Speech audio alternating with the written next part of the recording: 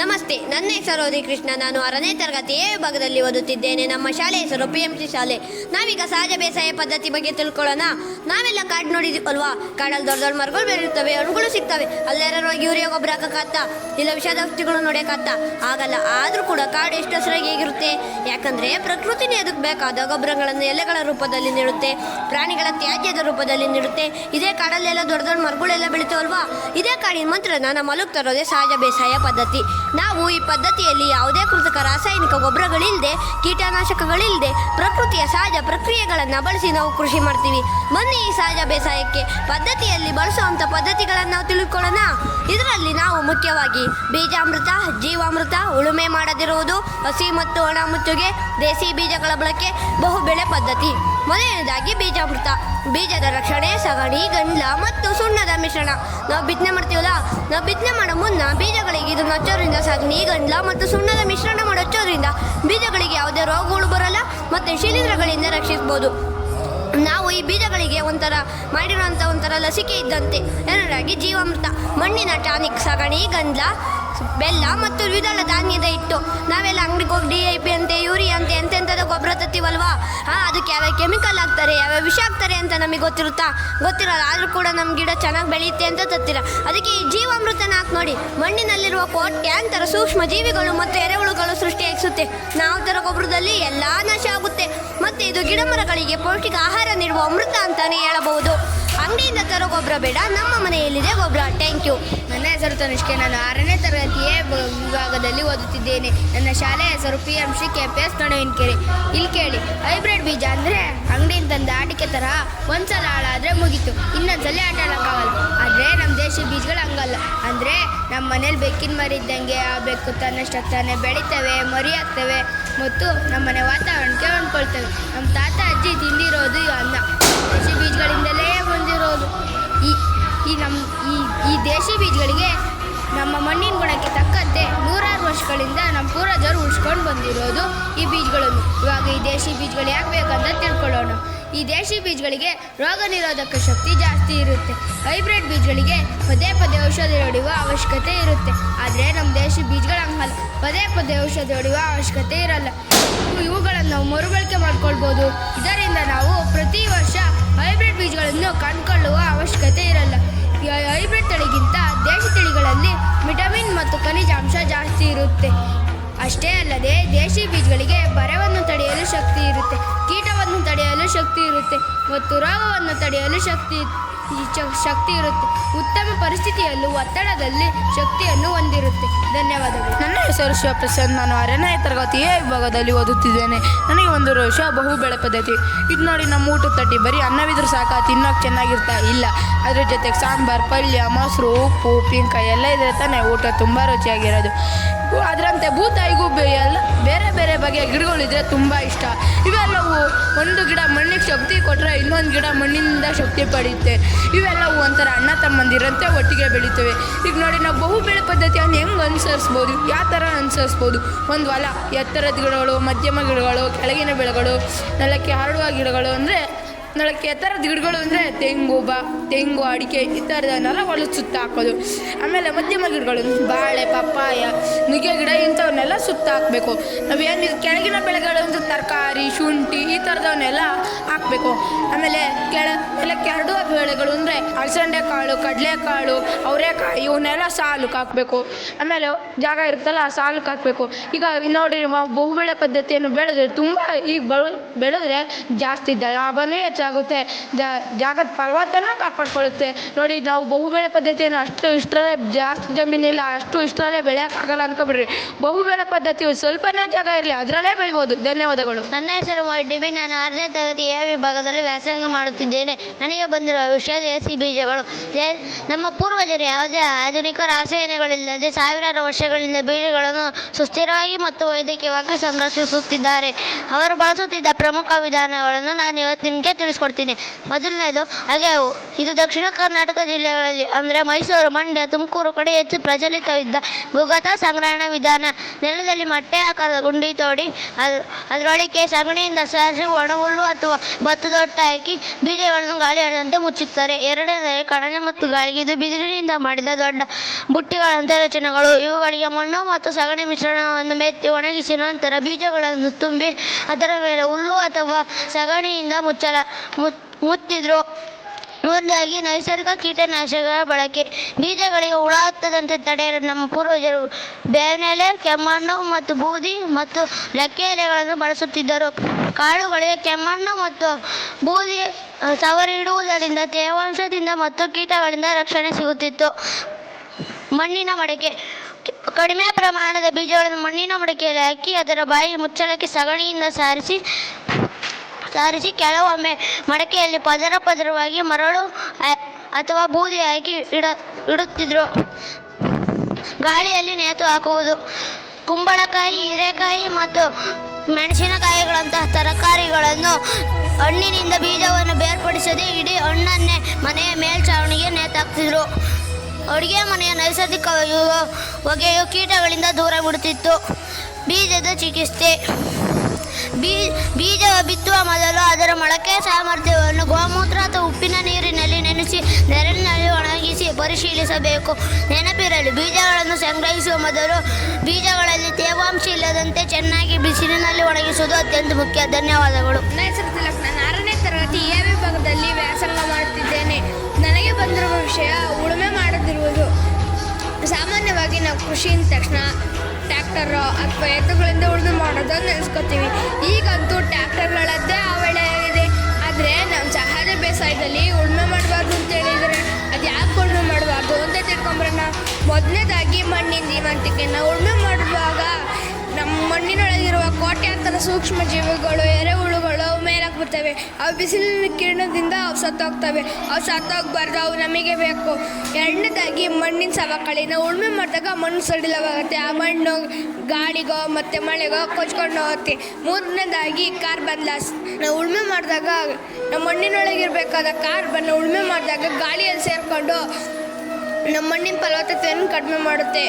ಈಗ ಒಂದು ಉದಾಹರಣೆ ಮೂಲಕ ತಿಳ್ಕೊಳ್ಳೋಣ. ನಮ್ಮ ಚರ್ಮಕ್ಕೆ ಎಷ್ಟು ಚಿಕ್ಕ ಗಾಯ ಆದರೆ ಎಷ್ಟು ನೋವಾಗುತ್ತೋ ಅದೇ ರೀತಿ ಟ್ರ್ಯಾಕ್ಟರ್ನಿಂದ ಭೂಮಿಯನ್ನು ಉಳುಮೆ ಮಾಡಿದಾಗ ಅದೇ ರೀತಿ ಭೂಮಿ ತಾಯಿಯ ಚರ್ಮವನ್ನು ಸುಲಿದಂತೆ ಆಗುತ್ತೆ. ಈಗ ನೋಡಿ, ಯಾರಾದರೂ ಕಾಡಿನಲ್ಲಿ ಉಳುಮೆ ಮಾಡ್ತಾರಾ?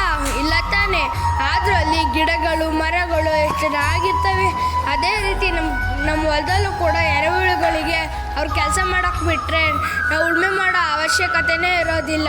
ನಾಲ್ಕನೇದಾಗಿ ಮಣ್ಣಿನ ಹೊದಿಕೆ ಅಂದರೆ ಏನಪ್ಪ? ನಮ್ಮ ಹೊಲದಲ್ಲಿ ಒಣಗಿದೆಲೆನೋ ಅಥವಾ ಒಣಗಿದ್ದನೋ ಮಣ್ಣಿನ ಮೇಲೆ ಹರಡೋದು.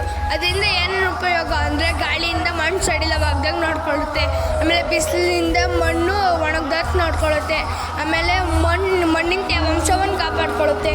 ಕಳೆ ಬರ್ದಂಗೆ ನೋಡ್ಕೊಳ್ಳುತ್ತೆ. ಇದೊಂಥರ ನಮ್ಮ ಮಣ್ಣಿಗೆ ಕಂಬಳಿ ಥರ. Thank you. ಎಲ್ಲರಿಗೂ ನಮಸ್ಕಾರ. ನನ್ನ ಹೆಸರು ಧನಲಕ್ಷ್ಮಿ. ನಾನು 6ನೇ ತರಗತಿ ಬಿ ವಿಭಾಗದಲ್ಲಿ ಓದುತ್ತಿದ್ದೇನೆ. ನನ್ನ ಶಾಲೆ ಹೆಸರು PMC KPS ಸ್ಕೂಲ್ ಹೊಣಕೆರೆ. ಇಂದು ನಾನು ನೈಸರ್ಗಿಕ ಚಿಕಿತ್ಸೆಯಲ್ಲಿ ಒಂದಾದಂಥ ಅಗ್ನಿತತ್ವದ ಬಗ್ಗೆ ನಿಮಗೆಲ್ಲರಿಗೂ ತಿಳಿಸಿಕೊಡುತ್ತೇನೆ. ಅಗ್ನಿತತ್ವ ಪ್ರಕೃತಿ ಚಿಕಿತ್ಸೆಯಲ್ಲಿ ನಮ್ಮ ದೇಹವು ಪಂಚಭೂತಗಳಿಂದ ಮಾಡಲ್ಪಟ್ಟಿದೆ ಎಂದು ಹೇಳಲಾಗುತ್ತದೆ. ಇಂದು ನಾನು ಅವುಗಳಲ್ಲಿ ಪ್ರಮುಖವಾಗಿ ಅಗ್ನಿತತ್ವ ಅಥವಾ ಬೆಳಕಿನ ಶಕ್ತಿಯ ಬಗ್ಗೆ ನಿಮಗೆಲ್ಲರಿಗೂ ತಿಳಿಸಿಕೊಡುತ್ತೇನೆ. ನಮ್ಮೊಳಗಿನ ಸೂರ್ಯನು ಜಗತ್ತಿಗೆಲ್ಲ ಬೆಳಕು ನೀಡುವಂತೆ ನಮ್ಮ ದೇಹದೊಳಗೂ ಒಂದು ಅಗ್ನಿ ಇದೆ. ಅದನ್ನು ನಾವು ಜಠರಾಗ್ನಿ ಎನ್ನುತ್ತೇವೆ. ನಾವು ತಿಂದ ಆಹಾರವನ್ನು ಶಕ್ತಿಯನ್ನಾಗಿ ಪರಿವರ್ತಿಸುವುದು ಇದೇ ಅಗ್ನಿ. ಪ್ರಕೃತಿ ಚಿಕಿತ್ಸೆಯಲ್ಲಿ ಅಗ್ನಿತತ್ವವನ್ನು ನಾವು ಮುಖ್ಯವಾಗಿ ಸೂರ್ಯನ ಸ್ನಾನದ ಮೂಲಕ ಪಡೆಯುತ್ತೇವೆ. ನನ್ನ ಹೆಸರು ಲಿಖಿತ. ನಾನು 6ನೇ ತರಗತಿ ಎ ವಿಭಾಗದಲ್ಲಿ ವ್ಯಾಸಂಗ ಮಾಡುತ್ತಿದ್ದೇನೆ. ನಮ್ಮ ಶಾಲೆಯ ಹೆಸರು PMC KPS ಹೊಣಕೆರೆ. ನಾನಿವತ್ತು ಪ್ರಕೃತಿ ಚಿಕಿತ್ಸೆಯಲ್ಲಿ ಒಂದಾದಂಥ ವಾಯುತತ್ವದ ಬಗ್ಗೆ ವಿವರಿಸುತ್ತಿದ್ದೇನೆ. ಗಾಳಿ ನಮ್ಮ ಕಣ್ಣಿಗೆ ಕಾಣುತ್ತಾ ಇಲ್ಲ ತಾನೇ, ಆದರೂ ಅದು ನಮ್ಮ ಸುತ್ತಲೂ ಒಳಗೆ ಹೊರಗೆ ಸದಾ ಇರುತ್ತೆ. ಆದರೂ ಗಾಳಿ ನಮ್ಮ ಕಣ್ಣಿಗೆ ಕಾಣೋದೇ ಇಲ್ಲ. ನಮ್ಮ ದೇಹದಲ್ಲಿ ನಡೆಯೋ ಎಲ್ಲ ಚಲನೆಗಳಿಗೂ ಗಾಳಿ ಬೇಕು. ಅಂದರೆ ರಕ್ತ ಸಂಚಲನಕ್ಕೆ ಉಸಿರಾಟ ಆಡಕ್ಕೆ ಬೇಕು. ತಾಜಾ ಮತ್ತು ಶುದ್ಧ ಗಾಳಿ ಸೇವನೆಯಿಂದ ನಮ್ಮ ದೇಹಕ್ಕೆ ಶಕ್ತಿ ಮತ್ತು ಚೈತನ್ಯ ಹೆಚ್ಚಾಗಿ ಸಿಗುತ್ತೆ. ನಾವು ದಿನ ಪ್ರಾಣಾಯಾಮ ಮಾಡೋದ್ರಿಂದ ತಿನ್ನುವುದರಿಂದ ನಮ್ಮ ಮನಸ್ಸಿನ ಒತ್ತಡ ಮತ್ತು ಆತಂಕ ದೂರವಾಗುತ್ತದೆ. ಆರೋಗ್ಯವಾಗಿರಲು ಎಲ್ಲರೂ ಪ್ರತಿದಿನ ಶುದ್ಧ ಮತ್ತು ತಾಜಾ ಗಾಳಿಯನ್ನು ಸೇವಿಸೋಣ. ಧನ್ಯವಾದಗಳು. ಎಲ್ರಿಗೂ ನಮಸ್ಕಾರ. ನನ್ನ ಹೆಸರು ವಿನುತ. ನಾನು 7ನೇ ತರಗತಿ ಸಿ ವಿಭಾಗದಲ್ಲಿ ಓದುತ್ತಿದ್ದೇನೆ. ನನ್ನ ಶಾಲೆ ಹೆಸರು PMC KPS ನುಣಿಕೆರೆ. ನಾನು ಈಗ ಚಳಿಗಾಲದ ಬಗ್ಗೆ ಹೇಳಲು ಬಂದಿದ್ದೇನೆ. ಚಳಿ ಅಲ್ವಾ? ಈ ಚಳಿಗಾಲ ಬಂತು ಅಂದರೆ ಸಾಕು, ಗಡಗಡ ಅಂತ ನಡುಗ್ತೀವಿ. ಆದರೆ ನಾವು ನಡುಗಬಾರ್ದು. ಅಂದರೆ ನಮ್ಗೆ ಉಣ್ಣೆ ಬಟ್ಟೆ ಬೇಕೇ ಬೇಕು ಅಲ್ವಾ? ಈ ಉಣ್ಣೆ ಬಟ್ಟೆ ನಮ್ಮ ದೇಹದ ಉಷ್ಣತೆಯನ್ನು ಕಾಪಾಡುತ್ತೆ, ನಮ್ಮನ್ನು ಬೆಚ್ಚಗಿಡುತ್ತೆ. ನಮ್ಮ ಹತ್ರ ಇರೋ ಉಣ್ಣೆ ಬಟ್ಟೆಗೆ ಸೂಪರ್ ಪವರ್ ಇದೆ ಗೊತ್ತಾ? ಈ ಚಳಿಗಾಲದಲ್ಲಿ ನಾವು ಸ್ವೆಟ್ರ್ ಹಾಕೊಂಡ್ರೆ ಎಷ್ಟು ಬೆಚ್ಚಗಿರುತ್ತೆ ಅಲ್ವಾ? ನಮ್ಮ ಅಪ್ಪ ಅಥವಾ ಅಮ್ಮ ನಮ್ಮನ್ನು ಗಟ್ಟಿಯಾಗಿ ಒಪ್ಕೊಂಡ್ರೆ ಎಷ್ಟು ಬೆಚ್ಚಗಿರುತ್ತೋ ಹಾಗೆ ಇರುತ್ತೆ. ಒಂದು ವೇಳೆ ನೀವು ಈ ಚಳಿಗಾಲದಲ್ಲಿ ಸ್ವೆಟ್ರ್ ಹಾಕೊಳ್ದಿದ್ರೆ ಏನಾಗುತ್ತೆ ಗೊತ್ತಾ? ಶೀತ ಕೆಮ್ಮು ಬರುತ್ತೆ. ಅದಕ್ಕೆ ನೆನ್ಪಿಟ್ಕೊಳ್ಳಿ, ಸ್ವೆಟರ್ ಹಾಕೋಣ, ಸ್ಮಾರ್ಟ್ ಆಗಿರೋಣ. ಚಳಿ ಏನದಿರಿ, ಸ್ವೆಟರ್ ಧರಿಸಿ ಬೆಚ್ಚಗಿರಿ. ಮಫ್ಲರ್ ಮತ್ತು ಸ್ವೆಟರ್ ವಿಂಟರ್ನಲ್ಲಿ ನೀವೇ ಸೂಪರ್. ಧನ್ಯವಾದಗಳು. ನನ್ನ ಹೆಸರು ಪ್ರತೀಕ್ಷ. ನಾನು 6ನೇ ತರಗತಿ B ವಿಭಾಗದಲ್ಲಿ ಓದುತ್ತಿದ್ದೇನೆ. ಶಾಲೆ PMC KPS ನುಣಿಕೆರೆ. ನನ್ನ ಬೇಸಿಗೆಗಾಲದಲ್ಲಿ ಯಾರೋ ಬಟ್ಟೆ ಹಾಕಿ ತಿಳಿಸಿಕೊಂಡು ಈಗ ಬೇಸಿಗೆಗಾಲ ಬಂತಂದರೆ ಸಾಕು, ನಮಗೆಲ್ಲ ಐಸ್ ಕ್ರೀಮ್ ತಿನ್ನಬೇಕು ಅನಿಸುತ್ತೆ. ಎಷ್ಟು ಚಲೋ ಐಸ್ ಕ್ರೀಮ್, ಅದನ್ನು ತಿಂದು ಹೊಟ್ಟೆ ತಂಪಾಗುತ್ತಲ್ವ? ಹಾಗಂದ್ರೆ ನಾನು ಐಸ್ ಕ್ರೀಮ್ ತಿನ್ನಿ ಅಂತ ಹೇಳ್ತಾರೆ, ಒಂದು ದಾಣೆ ಕೊಡ್ತಾರೆ. ಈ ಬೇಸಿಗೆಕಾಲದಲ್ಲಿ ಬೆವರಿನ ಗುಳ್ಳೆಗಳು, ತುರಿಕೆ, ಈ ಥರದ ಸಮಸ್ಯೆಗಳು ಬರೋದಿಲ್ಲ ಹತ್ತಿ ಬಟ್ಟೆ ಹಾಕೊಳ್ಳೋದ್ರಿಂದ. ಮತ್ತು ಈ ಬೇಸಿಗೆಕಾಲದಲ್ಲಿ ನಾವು ಹೆಚ್ಚಾಗಿ ಲೈಟ್ ಕಲರ್ ಬಟ್ಟೆಗಳನ್ನು ಹಾಕಿಕೊಳ್ಳೋಣ. ಅದಕ್ಕೆ ಈ ಸನ್ಮಾನ ಫಂಕ್ಷನ್ ಇರಲಿ, ಮದುವೆ ಇರಲಿ ಅಥವಾ ಆಟ ಆಡೋದ್ರಲ್ಲಿ ಕಾಟನ್ ಬಟ್ಟೆ ಹಾಕಿಕೊಂಡು ಸೂಪರ್ ಕೂಲ್ ಆಗಿರೋಣ. ಧನ್ಯವಾದಗಳು. ನನ್ನ ಹೆಸರು ಯಶವಂತ್. ನಾನು 6ನೇ ತರಗತಿ A ವಿಭಾಗದಲ್ಲಿ ಓದ್ತಿದ್ದೀನಿ. ನನ್ನ ಶಾಲೆ ಹೆಸರು PMC KPS ನುಣಿಕೆರೆ. ಈಗ ನೀವು ಜಂಕ್ ಫುಡ್ ತಿನ್ನೋದ್ರಿಂದ ನಿಮ್ಮ ಹೊಟ್ಟೆಗೇನೋ ಸಂಕಟ ಆಗ್ತಿದೆ, ಅದನ್ನು ಕೇಳೋಣ. ಹೊಟ್ಟೆಯ ಸಂಕಟ, ದ ಸ್ಟಮಕ್ಸ್ ಟ್ರಬಲ್. ಇದು ನಿಮ್ಮ ಹೊಟ್ಟೆ, ನೀವು ತಿನ್ನೋ ನೂಡಲ್ಸು, ಮೈದಾ, ಬ್ರೆಡ್ಗಳು ನಾರಿನಾಂಶವಿಲ್ಲದೆ ನಿಮ್ಮ ಹೊಟ್ಟೆಯ ಗೋಡೆಗಳಿಗೆ ಅಂಟ್ಕೊಳ್ತಿವೆ. ಇದರಿಂದ ಅದಕ್ಕೆ ಆಹಾರನ ಮುಂದೆ ತಳ್ಳಲು ಸಾಧ್ಯವಾಗದೆ ಮಲಬದ್ಧತೆ ಮತ್ತು ನೋವು ಉಂಟಾಗುತ್ತೆ.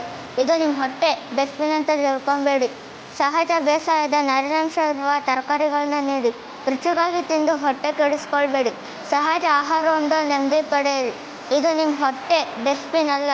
ದ ಟೀಯರ್ಸ್ ಆಫ್ ದ ಕಿಡ್ನಿಯ ಕಣ್ಣೀರು. ನೋಡಿ, ಇವು ನಿಮ್ಮ ದೇಹದ ಫಿಲ್ಟರ್ಗಳಾದ ಕಿಡ್ನಿಗಳು. ನೀವು ತಿನ್ನೋ ಚಿಪ್ಸು, ಕುರ್ಕುರೆ ಮತ್ತು ಸ್ಯಾಟನ್ ನಟ್ಸ್ಗಳಲ್ಲಿ ಅತಿಯಾದ ಉಪ್ಪು ಅಂದರೆ ಸೋಡಿಯಂ ಇರುತ್ತೆ. ಇಷ್ಟೊಂದು ಉಪ್ಪನ್ನು ಸೋಸಿ ರಕ್ತವನ್ನು ಶುದ್ಧೀಕರಿಸಲು ನಾವು ಹಗಲಿರುಳು ಹೊರಟ ಕೆಲಸ ಮಾಡ್ತಿದ್ದೀವಿ. ತುಂಬ ಉಪ್ಪು ಹಾಕಿದ್ರೆ ನಮ್ಮ ಫಿಲ್ಟರ್ಗಳು ಶಾಶ್ವತವಾಗಿ ಹಾಳಾಗ್ತವೆ. ಆಗ ಇಡೀ ದೇಹವೇ ಕಲುಷಿತವಾಗ್ತದೆ.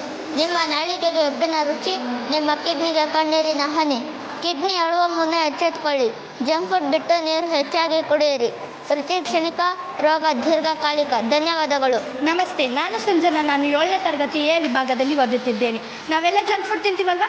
ನಾವು ತಿನ್ನಬಾರ್ದು. ಜಂಕ್ ಫುಡ್ ತಿನ್ನೋದ್ರಿಂದ ನಮ್ಮ ಪುಟ್ಟ ದೇಹ ತುಂಬ ಹಾಳಾಗ್ತೈತೆ. ಅದ್ರ ಗೋಳು ಏನೋ ಹೇಳ್ತೈತೆ, ಅದು ಕೇಳೋಣ. ನಾವು ಬರೀ ಜಂಕ್ ಫುಡಿನ ಪ್ಯಾಕೆಟ್ ನೋಡ್ತಾ ಅಂತೀವಿ, ಅದರಿಂದ ನಮ್ಮ ಹೃದಯ, ಲಿವರು, ಕಿಡ್ನಿಗೆ ಏನೇನಾಗುತ್ತೆ ನಮ್ಗೆ ಗೊತ್ತಿಲ್ಲ. ನಾವು ಸುಮ್ಮನೆ ತಿಂತಾ ಇರ್ತೀವಿ. ನಾವಂಗೆ ಮಾಡ್ಬಾರ್ದು. ಜಂಕ್ ಫುಡ್ಡಲ್ಲಿ ಜಾಸ್ತಿ ಉಪ್ಪು, ಶುಗರು, ಆಯಿಲ್ ಮತ್ತು ಪ್ರಿಸರ್ವೇಟಿವ್ಸ್ ಎಲ್ಲ ಹೊಂದಿರ್ತವೆ. ಅಂದರೆ ಇದರಲ್ಲಿ ನ್ಯೂಟ್ರಿಷನ್ಸ್ ಅನ್ನೋದೇ ಇರಲ್ಲ. ಝೀರೋ ನ್ಯೂಟ್ರಿಷನ್ಸ್ ಅಂತಲೂ ನಾವು ಹೇಳ್ಬೋದು. ಈಗ ಜಂಕ್ ಫುಡ್ ತಿನ್ನೋದ್ರಿಂದ ಯಾವ್ಯಾವ ಪಾರ್ಟಿಗೆ ಏನೇನಾಗುತ್ತೆ ಅಂತ ನಾನು ಹೇಳ್ತೀನಿ ಬನ್ನಿ. ಮೊದಲನೇದಾಗಿ ಹೃದಯ, the CRY of the heart, ಹೃದಯದ ಅಳಲು. ಹೃದಯ ಹೇಳ್ಕೊಂಡು ಏನೋ ಹೇಳ್ತೈತೆ, ಅದೇನು ಅಂತ ಕೇಳೋಣ. ನಾನು ನಿಮ್ಮ ಎದೆ ಒಳಗೆ ಕೂತ್ಕೊಂಡು ನಿಮಗಾಗಿ ನಿರಂತರವಾಗಿ ಬಡುವ ನಿಮ್ಮ ಪ್ರೀತಿಯ ಹೃದಯ. ಆದರೂ ನೀವು ತಿನ್ನುವ ಬರ್ಗರು, ಪಿಜ್ಜಾ ಮತ್ತು ಎಣ್ಣೆಯಲ್ಲಿ ಕರೆದಿರೋ ತಿಂಡಿಗಳಲ್ಲಿ ಟ್ರಾನ್ಸ್ಫ್ಯಾಟ್ ಎಂಬ ಕೆಟ್ಟ ಕೊಬ್ಬಿರುತ್ತೆ. ಇದು ನನ್ನ ರಕ್ತನಾಳಗಳಲ್ಲಿ ಕಸ ಥರ ಅಂದ್ಕೊಂಡ್ಬಿಡುತ್ತೆ. ಇದರಿಂದ ನಾನು ರಕ್ತವನ್ನು ಪಂಪ್ ಮಾಡಲು ತುಂಬ ಕಷ್ಟವಾಗ್ತೈತೆ. ಈ ಥರನೇ ಮುಂದುವರಿತಾ ಇದೆ. ನಾನು ಒಂದು ದಿವಸ ಬಡಿಯೋದನ್ನು ನಿಲ್ಲಿಸಲೇಬೇಕಾಗುತ್ತೆ. ಅದಕ್ಕೆ ದಯವಿಟ್ಟು ನನ್ನ ಮೇಲೆ ಕೊಬ್ಬಿನ ಹೊರೆ ಹಾಕಬೇಡಿ. ಆಮೇಲೆ 2ನೇದಾಗಿ ದ ಲಿವರ್ ಪ್ರಾರ್ಥನೆ, the prayer of the liver ನಮಗೇನೋ ಪ್ರಾರ್ಥನೆ ಮಾಡ್ತೈತೆ, ಅದೇನು ಅಂತ ಕೇಳೋಣ. ನಾನು ನಿಮ್ಮ ದೇಹದ ದೊಡ್ಡ ಕೆಮಿಕಲ್ ಫ್ಯಾಕ್ಟ್ರಿ. ನಾನು ನಿಮ್ಮ ಲಿವರ್. ಆ ಬಣ್ಣದ ಸೋಡಾ ಮತ್ತು ಕೋಲಾ ಜ್ಯೂಸಸಲ್ಲಿ ಜಾಸ್ತಿ ಸಕ್ಕರೆ ಇರೋದ್ರಿಂದ ಅದು ನನಗೆ ವಿಷ ಥರ ಕಾಣಿಸುತ್ತೆ. ನಾನು ಸಕ್ಕರೆಯನ್ನು ಕರಗಿಸಲು ಸಾಧ್ಯವಾಗದೆ ನಾನು ಫ್ಯಾಟಿ ಲಿವರ್ ಆಗಿ ಬದಲಾಗ್ತಿದ್ದೀನಿ. ನನ್ನನ್ನು ಕೊಬ್ಬಿನ ರಾಶಿ ಮಾಡಬೇಡಿ. ನನಗೆ ಶುದ್ಧವಾದ ಹಣ್ಣಿನ ಜ್ಯೂಸ್ ನೀಡಿ ಸಾಕು. ಅದಕ್ಕೆ ಜಂಕ್ ಫುಡ್ ಬೇಡಿ, ಜೀವ ಉಳಿಸಿ. ಧನ್ಯವಾದ. ನನ್ನ ಹೆಸರು ಕಾವ್ಯ. ನಾನು 7ನೇ ತರಗತಿಯಲ್ಲಿ ಓದುತ್ತಿದ್ದೇನೆ. ಎಲ್ಲರಿಗೂ ನಮಸ್ಕಾರ. ಇವತ್ತು ನಾನು ಹೇಳ್ತಿರುವುದು ಒತ್ತಡ ರಹಿತ ಜೀವನ. ಒತ್ತಡ ಅಂದರೆ ಜೀವನದೊಂದು ಭಾಗ ಅಷ್ಟೇ, ಆದರೆ ಒತ್ತಡನೇ ಜೀವನ ಅಲ್ಲ ಅಲ್ವಾ? ಆದರೆ ಅದನ್ನು ನಾವು ಹೇಗೆ ನಿರ್ವಹಿಸ್ತೀವಿ ಅಂದರೂ ಮುಖ್ಯ. ಒತ್ತಡ ಅಂದರೆ ಕೇವಲ ಕೆಲಸದ ಹೊರೆ ಅಲ್ಲ, ಇದು ಸವಾಲುಗಳಿಗೆ ನಮ್ಮ ದೇಹ ಮತ್ತು ಮನಸ್ಸು ಹೇಗೆ ರಿಯಾಕ್ಟ್ ಮಾಡುತ್ತೆ ಅನ್ನೋದು. ಈಗ ಈ ಒತ್ತಡದ ಬಗ್ಗೆ ವಿಜ್ಞಾನ ಏನು ಹೇಳ್ತೆ ತಿಳ್ಕೊಂಬರೋಣ. ನಾವು ಯಾವುದೇ ಸವಾಲುಗಳಿಗೆ ಎದುರಾದಾಗ ನಮ್ಮ ದೇಹದಲ್ಲಿ ಕಾರ್ಟಿಸಾಲ್ ಮತ್ತು ಅಡ್ರಿನಾಲಿನ್ ಎಂಬ ಹಾರ್ಮೋನ್ ಬಿಡುಗಡೆ ಆಗ್ತವೆ. ನಮ್ಮ ದೇಹದಲ್ಲಿ ಒಬ್ಬ ಸೆಕ್ಯೂರಿಟಿ ಗಾರ್ಡ್ ಇದ್ದಾನೆ. ಯಾರಪ್ಪ ಅಂದರೆ ಅದೇ ಅಡ್ರಿನಾಲಿನ್. ಇದು ನಮಗೆ ಯಾವುದೇ ಭಯವಾದಾಗ, ಅಂದರೆ ರಸ್ತೆಯಲ್ಲಿ ನಾಯಿ ಬಡ್ಸ್ಕೊಂಬಂದಾಗ, ಇಲ್ಲಾಂದರೆ ಎಕ್ಸಾಮಲ್ಲಿ ಕೂತ್ಕೊಂಡಾಗ ಈಗ ತಕ್ಷಣ ಅಡ್ರಿನಾಲಿನ್ ಎಂಬ ಹಾರ್ಮೋನ್ ಬಿಡುಗಡೆ ಮಾಡುತ್ತೆ. ಇದರಿಂದ ಹೃದಯ ಜೋರಾಗಿ ಬಡ್ಕೊಳ್ಳುತ್ತೆ, ಉಸಿರಾಟ ವೇಗವಾಗುತ್ತೆ. ಇದರಿಂದ ನಮಗೆ ಪರಿಸ್ಥಿತಿನ ಕಂಟ್ರೋಲ್ ಮಾಡೋ ಶಕ್ತಿ ಕೊಡುತ್ತೆ. ಹಾಗೆ ನಮ್ಮ ದೇಹದಲ್ಲಿ ಕಾರ್ಟಿಸಾಲ್ ಅಂತ ಐತಲ್ಲಪ್ಪ, ಇದನ್ನ ನಮ್ಮ ದೇಹದಲ್ಲಿ ಅಲಾರಾಮ್ ಬೆಲ್ ಅಂತ ಕರಿತೀವಿ. ಇದು ನಮ್ಮ ಸ್ಟ್ರೆಸ್ ಹಾರ್ಮೋನಿ ಆಗಿರುತ್ತೆ. ಇದ್ರ ಕೆಲಸ ಏನಪ್ಪ ಅಂದರೆ ನಮ್ಮ ದೇಹದಲ್ಲಿ ಅಪಾಯ ಐತೆ ಅಂತ ಗೊತ್ತಾದಾಗ ನಮಗೆ ಅಪಾಯದ ಸಿಗ್ನಲ್ ಕೊಡುತ್ತೆ. ನಾವು ದಿನವಿಡೀ ಬರೀ ಚಿಂತೆ ಮಾಡ್ತಿದ್ರೆ ಈ ಕಾರ್ಟಿಸಾಲ್ ನಮ್ಮ ದೇಹದಲ್ಲಿ ಹಾಗೆ ಉಳಿದು ಇದರಿಂದ ನಮಗೆ ಜಾಸ್ತಿ ಹಸುವಾಗಲ್ಲ, ನಿದ್ದೆ ಬರಲ್ಲ, ತಲೆನೋವುತ್ತೆ. ಇಲ್ಲಿಂದ ಒತ್ತಡ ಶುರು ಆಗುತ್ತೆ. ಈಗ ಈ ಮರ ನೋಡ್ಬೋದು. ಈ ಮರ ನೋಡಿ ನಿಮ್ಗೆ ಏನು ಅನಿಸ್ತೈತೆ? ಒಣಗೋಗಿದೆ ಅನಿಸ್ತೈತಲ್ವಾ? ಈ ಮರನೂ ನಮ್ಮ ಜೀವನದ ಒತ್ತಡದ ಮರ ಇದ್ದಂಗೆ. ಒಂದು ಮರಕ್ಕೆ ವಿಷ ಹಾಕಿದ್ರೆ ಹೇಗೆ ಒಣಗೋಗುತ್ತಲ್ವಾ, ಹಾಗೆ ಒತ್ತಡನೂ ನಮ್ಮ ಜೀವನ ಒಣಗೋಗಿ ಮಾಡುತ್ತೆ. ಹಾಗೆ ಇದು ಹೇಗೂ ಅಂತ ಹೇಳ್ತೀನಿ. ಈ ಮರದಲ್ಲಿ ಕೆಲವೊಂದು ಬೇರ್ಗಳಲ್ಲಿ ಕೆಲವೊಂದು ವಿಷಯ ಬಂದಿದೆ. ಏನಪ್ಪ? ಅತಿಯಾದ ಆಲೋಚನೆ ಮಾಡಿದಾಗ, ಹಣಕಾಸು ಸಮಸ್ಯೆ ಇದ್ದಾಗ, ನಿತ್ಯ ಕೊರತೆ ಇದ್ದಾಗ, ಇಲ್ಲ ಕೆಲಸದ ಹೊರೆ ಇದ್ದಾಗ, ಪರೀಕ್ಷೆ ಭಯ ಆದಾಗ, ಈ ಎಲ್ಲ ಕಾರಣಗಳಿಂದ ನಮ್ಮ ಬೇರುಗಳನ್ನು ಸುಡುತ್ತೆ. ಹಾಗೆ ಒಂದು ಮರಕ್ಕೆ ವಿಷ ಹಾಕಿದಾಗ ಹೇಗೆ ಒಣಗೋಗುತ್ತೆ, ಕೊಂಬೆ ಎಲ್ಲ ಒಣಗೋಗುತ್ತಲ್ವ, ಹಾಗೆ ಆ ಕೊಂಬೆಗಳೇ ನಮ್ಮ ಜೀವನದ ಪರಿಣಾಮ ಆಗುತ್ತೆ.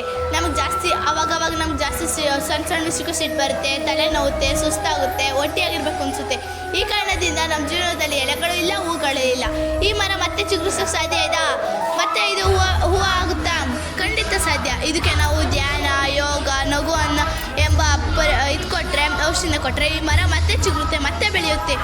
ಇದರಿಂದ ಒತ್ತಡದ ಮರನ ಕಟ್ ಮಾಡಿ ಮತ್ತೆ ಹೊಸ ಜೀವನನ ಬೆಳೆಸಿ. ಧನ್ಯವಾದಗಳು.